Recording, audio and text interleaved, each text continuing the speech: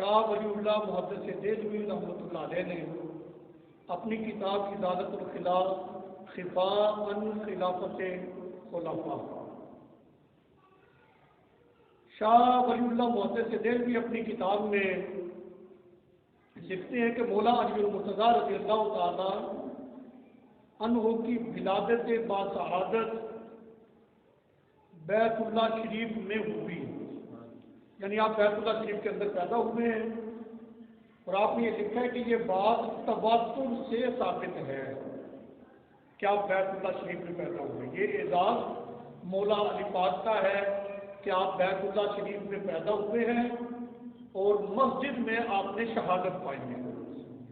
اس کا مطلب یہ ہے کہ جب امام الاولیاء جو ہیں وہ پیدا بیت اللہ شریف میں ہو رہے ہیں اور شہادت مسجد میں ہو رہی ہے، بھی ولی وہی ہو سکتا ہے تو مسجد کے ساتھ جڑا رہے، جس کی محبت مسجد کے ساتھ رہے، مسجد کے ساتھ وابستہ رہے، مسجد کو آباد رکھے، مسجد کی تعلیمات کو آباد رکھے، وہ اللہ کا ولی ہوتا ہے۔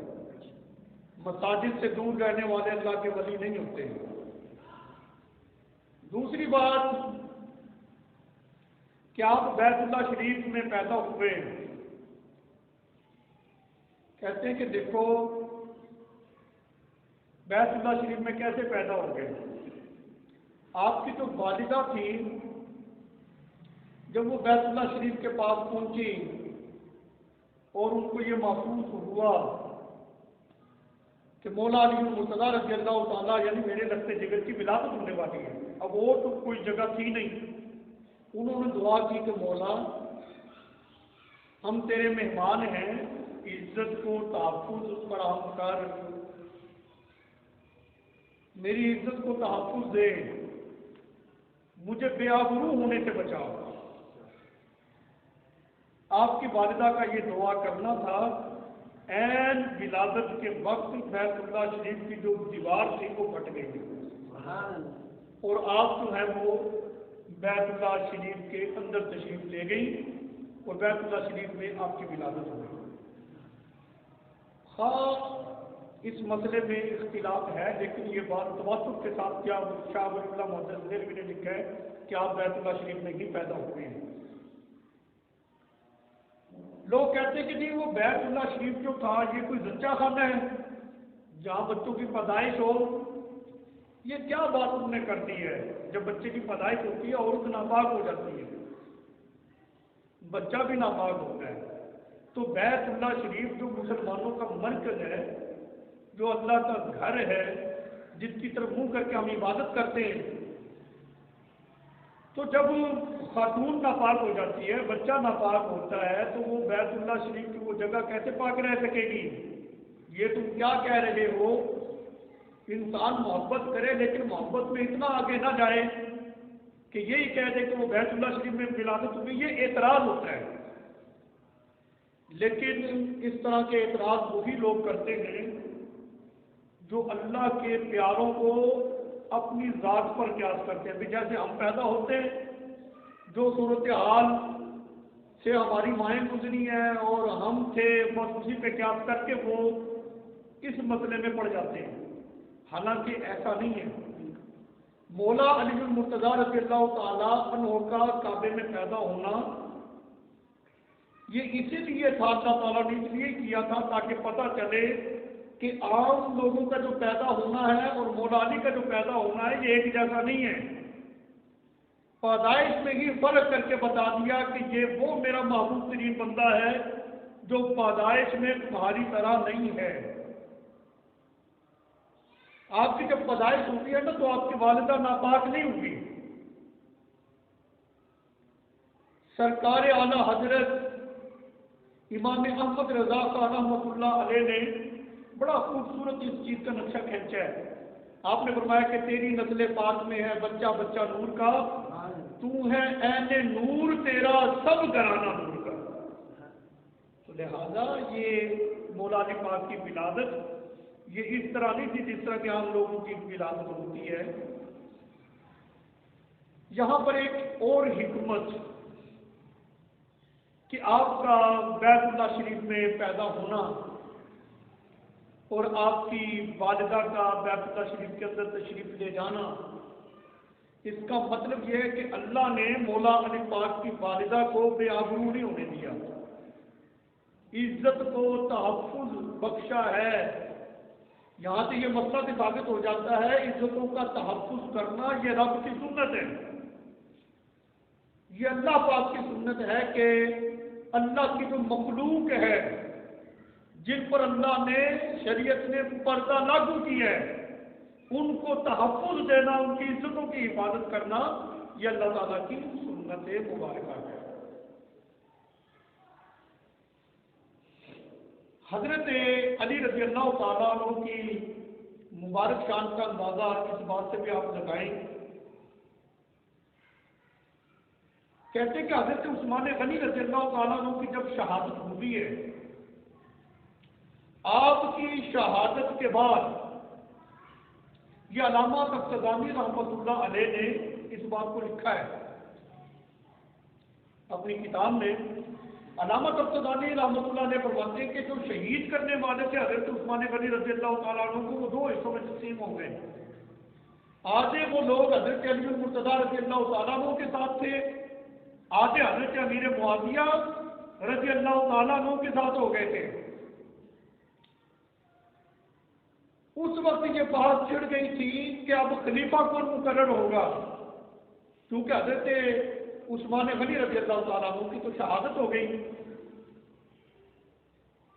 اس حوالے سے ایک ضابطہ جو علامہ تفتزانی رحمۃ اللہ علیہ نے ذکر کیا ہے وہ میں آپ کے سامنے ذکر کرتا ہوں۔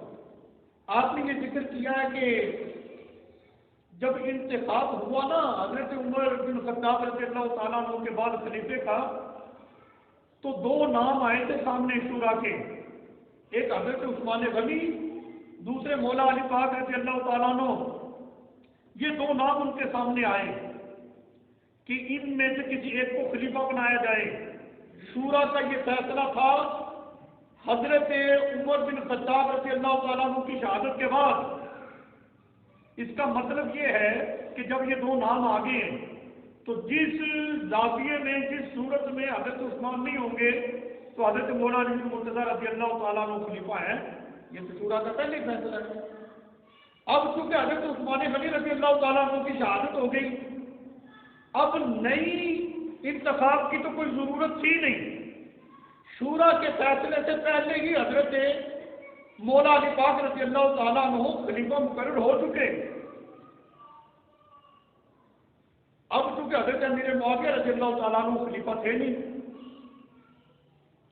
تو اب یہ مطالبہ حضرت علی رضی اللہ تعالیٰ عنہ سے ہوا کہ جو قاتلین عثمان ہیں کو سزا دی جائے، جس کی بنیاد پر جنگ صفین ہوئی ہے اور جنگ جمل ہوئی ہے، اسی بنیاد پر ہی ہوئی تھی نا۔ بہرحال علی حق کے ساتھ ہے اور حق علی کے ساتھ ہے، جنگ صفین ہو یا جنگ جمل ہو، میں ان کی تفصیل میں نہیں جاتا کیونکہ میرا اب وہ موضوع نہیں ہے، لیکن دونوں جنگوں میں جنگ صفین میں حضرت امیر معاویہ رضی اللہ تعالیٰ عنہ سے اجتہادی خطا ہوئی، مولا علی پاک رضی اللہ تعالیٰ عنہ حق پر تھے۔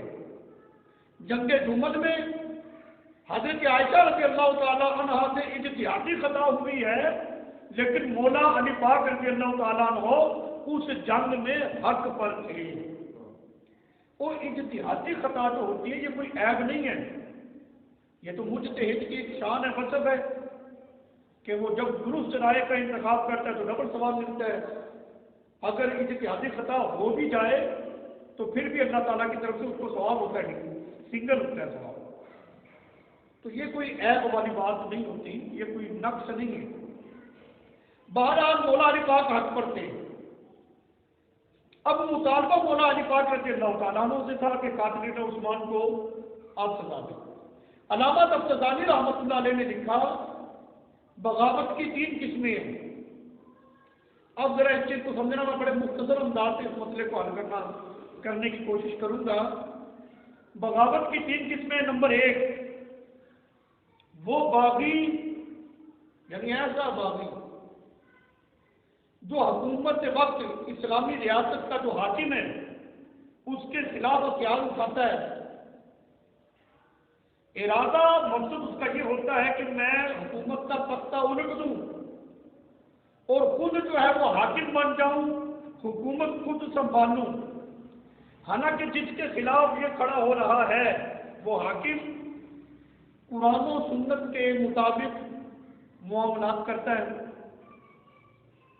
لوگوں کی جان مال کی حفاظت فراہم کو کرتا ہے، عبادت کے معاملات کرتا ہے، معاملات قرآن و سنت کے مطابق کرتا ہے، امر بالمعروف کرتا ہے، نہی عن المنکر کرتا ہے، ملک کی سرحدوں کی حفاظت جو ہے وہ اپنے فوجی اسباب کے ساتھ حسب ضابطہ کرتا ہے، یعنی یہ سب دیگر معاملات وہ کر رہا ہے۔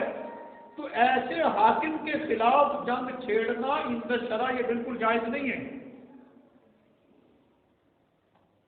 اسلامی حاکم کے خلاف جنگ چھیڑنا اس وقت درست ہوتا ہے جب وہ صراحتاً صریح طور پر کفر کا ارتکاب کرے، کافر ہو جائے، یا پھر لوگوں پر ظلم و ستم ڈھانا شروع کر دے جو قرآن و سنت کے خلاف ہو،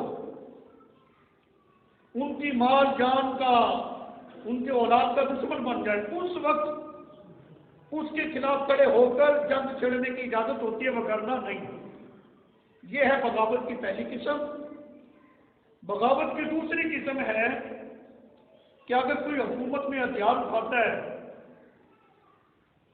مقصد اس کا حکومت کو گرانا، حکومت پر قابض ہونا نہیں ہوتا، بس لوٹ مار ہے، لوگوں کو ڈرانا ہے، ان کا مال لوٹنا ہے، تو اس کی حیثیت لٹیرے کی سی ہوتی ہے۔ جب پکڑا جائے گا تو اس کے ساتھ معاملات لٹیرے والے کیے جائیں گے، ڈاکو والے کیے جائیں گے، جو شرعی حد ہے وہ اس پر جانب مخالف سے اس کے اعضاء کو کاٹا جائے گا۔ تیسری قسم بغاوت کی ہوتی ہے